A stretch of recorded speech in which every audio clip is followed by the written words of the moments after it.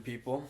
Anonymous Trader, bringing my third video on my mastering technical analysis with myself. If you haven't watched the first two on horizontals and market structure, I recommend going to do so. I'll put a link in the description of this. I think I forgot to do so in the last video, but yeah, those videos are like super important. Those can't be missed to understanding how I'm teaching you to trade here. This video is going to be focused on trading a range, essentially more or less the fixed range. I'm going to have more videos coming on like a channel and like channels and ascending wedges and stuff like that. This video is going to be mainly focused on the fixed range tool, which is found right here. I'll pop up my settings quickly so you guys can just have an understanding of what the settings are. So just if you need to pause the screen here just to mark your settings up, I got a 500 row size and a 78 volume area value area volume. You can really do the colors whichever you please, but more or less the inputs are what you're gonna need for today. And yeah, I'm gonna have a little pop up here like I do in every video on what you should be taking away from this vid. Once again, if you need to pause the vid here, get an understanding of what we're about to go. And yeah, and like essentially you're gonna want to know you're gonna want to watch my first two vids, because the horizontals at the end of this, I'm gonna show you that with extra confluence, when the confluence lines up with this range, that means we have a higher confluence probability to take the trade from that point. So you really want to understand, like I'm putting my videos out in order too, so it's really easy to follow along, and I'm trying to give everyone the best I can to I'd say the simplest way to take entries and be consistent and profitable within these markets. But yeah, enough of that. Let's get into a range and how to identify a range, how we would be pulling a range. And essentially, you guys know already looking at charts that when especially looking at cryptos, forex pairs don't tend to move the same as this. So it's like the ranges and how the moves might be a bit different. But essentially in crypto, after a large down move or a large up move, whichever it may be, you're gonna expect a consolidation phase, and you always want to trade with you always want to look for that. For me, consolidation is like, I'm not one to trade. I don't really like trading a range as much as I like catching the full on breakout or breakdown. But to identify the range and being able to long the low of the range and shorting the high of the range during the consolidation phase, which would be like so right here, just to give you an example. After our large move to the downside, we had this somewhat of an uptrend, and as we all know, that's price action is bearish. As we can see, the price is failing to get that breakout of price. It's just continuing to take those highs. Oh my goodness, sorry. But yeah, so within this range, we would essentially be shorting those highs and longing those lows. And I'm going to show you how we can really in depth break the chart down with the range. So we'll do more locally too, and the fixed range tool can be used across multiple timelines. I tend not to use it too much on like the daily, the weekly, and the monthly. For me, it's more of a 4 hour and under tool, just as it usually lines up with a lot more of my confluence levels that like my dailies, my trends, my Fibonacci's, which that video will be coming as well. But yeah, enough of that. So how to identify a range? So there's multiple ranges to identify. So looking at this right here, we've got a local range right here. That's one range. We've got a local range that we're still trading from this high to this low, as it's trading within this local range. Boom, boom, boom, boom. I know I'm doing brushes. I'm gonna stop with the brushes. I'm gonna do proper markups here, because that actually makes me mad. So we're gonna do right here. So we have this range, and this is not how we're pulling the ranges. I'm just trying to show you what we're looking at. So we have this large move to the downside, boom, now a consolidation phase, now awaiting our next move, whether it be to the downside, heading towards 24,000, where that support level is, or we head up back to the top of the range here, 29,000. We can look to enter shorts, a much higher probability short to take down to the low, in my eyes, and a greater risk to reward. But yeah, so those two channels that we're looking at right now, essentially what we could do is grab this tool, pull it from the low to the high.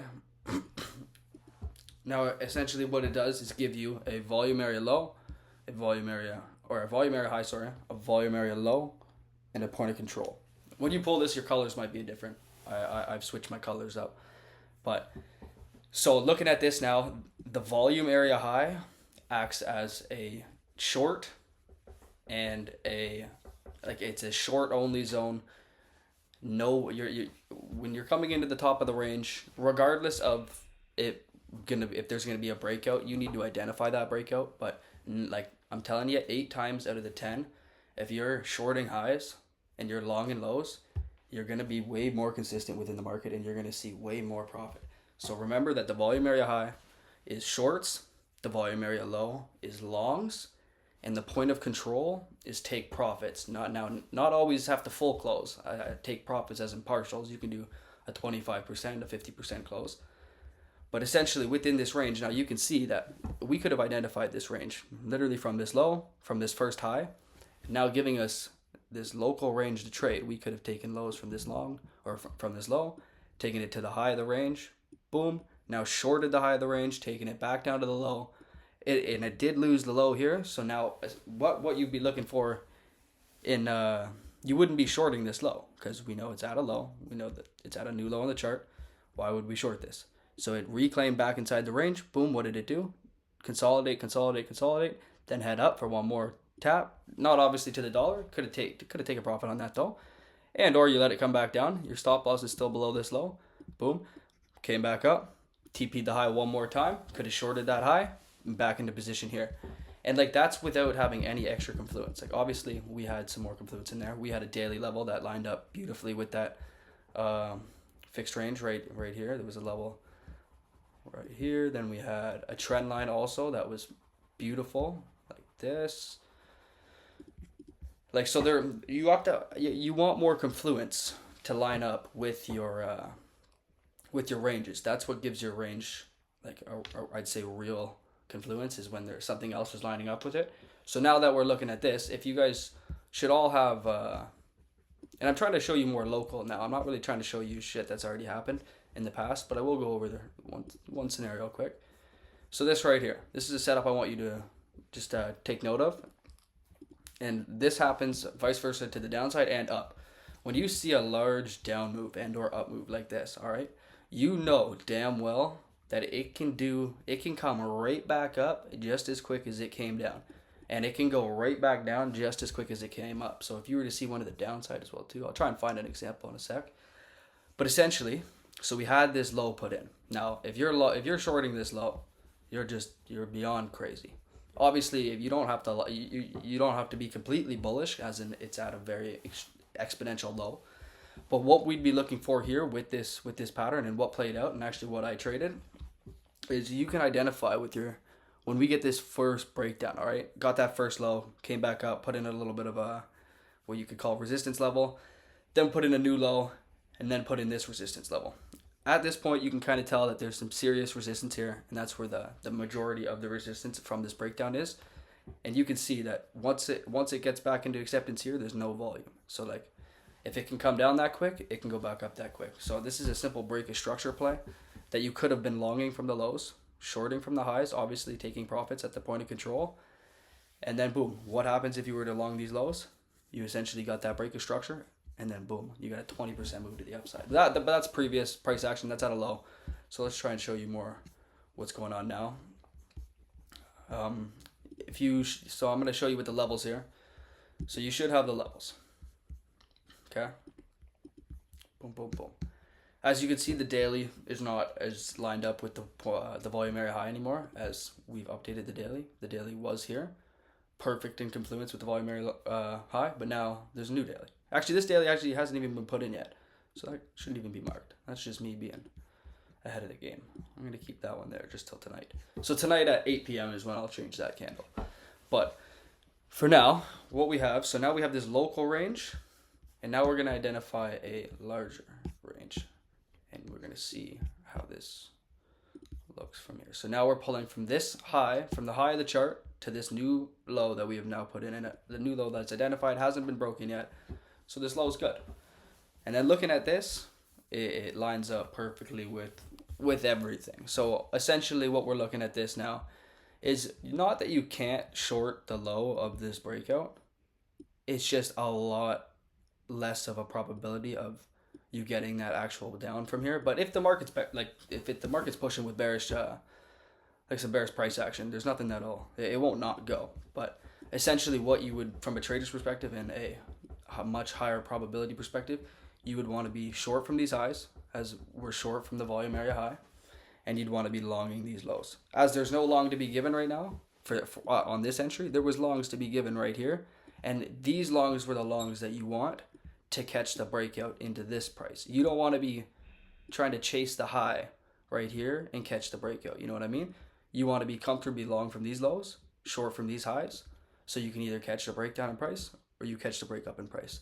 And for me, I'm already in short from right about here. So I didn't need to essentially short this high, which we did in the Discord. If you're not in the Discord, join that. I had a beautiful call.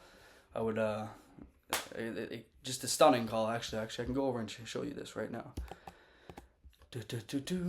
General TA. Now, if we're just taking a look at this, where is it? Right here. Now, a lot of people, we had them, Austin here ask if wedges like this really do anything. I told him I'd look for something like a fake out pattern. Drew up a fake out pattern I was looking for. We come to the chart here. That is played out to the dollar right now. Take profit would have just hit. But essentially, I'm in from higher, so I actually closed this position early because I've been focused on making content this week. I'm not going to sit here and lie. But what would have happened? We would have been long from these lows, which I was, and I had taken profit at this high, and then I had got stopped out 1-to-1 when it came down here. But I was long from these lows just in case in the matter of the fact that wanted to go up here. And what would have happened up there? Volume area high, daily, weekly, I'd be shorting up there because that's a high confluence area and we're coming into it as resistance. We're not looking to buy a new local high. That doesn't make sense in a downtrend. You know what I mean? And you got to think from a trader's perspective, what's going to give you the highest probability trade? What's going to comfortably not, like you got to be able to risk efficiently. And if you're just taking stupid trades from shorting lows and longing highs, like you're setting yourself up for failure. So in this case, if you're missing this down move and you're like, oh, 24,000, that looks like such a big zone, like it's unfortunate at that time just to miss the trade. If you miss a trade, you miss a trade. There's nothing really you can do. Don't look back at, like, I'd say look back at it and be like, how could I have got that trade? And you could have got that trade from here. But essentially what we're looking at now is we would wait for this daily and volume area high to be reclaimed, and we would look to buy. We're not looking to short this. That's just not a high confluence short right now. You'd have to be in short from higher. You'd have to be in short from here. You wouldn't be shorting this. And I really want to get that across because that is one of the most important parts about trading a range. And then like there's multiple different ranges. So like I want to go see if I have something pulled up on, let's see, gold or something. Yeah, so looking at gold here, and this was a range that I previously traded. Gold isn't my main trader. I've been just getting into it, so that's why the markups look. There's a bunch of notes and stuff, just so I've been noting my stuff down. If you guys want me to go over this, let me know. In this video, I'm not going over the wedges. I'm just gonna strictly go over this range. But so essentially, what has happened with gold here is we're in this uptrend. Okay, boom, boom, boom. We've now put in this new high originally over here back a couple weeks ago. What happened is we came down, we're putting in these lows, we're putting in this consolidation. I originally, my first trade in here was this because I noticed that there was a deviation in the market there. So I had shorted that to the low, and then that's where I actually, from this low, I identified the trend because we put in a second low there and reclaimed this.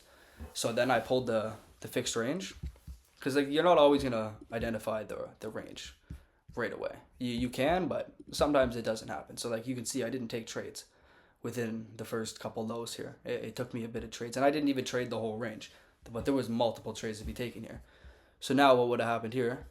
You could have pulled your range from your high to your low of your range, which is right here. I'm just bringing it over, and it would have given you this beautiful local channel or range to be trading, as in longing the lows and shorting the highs.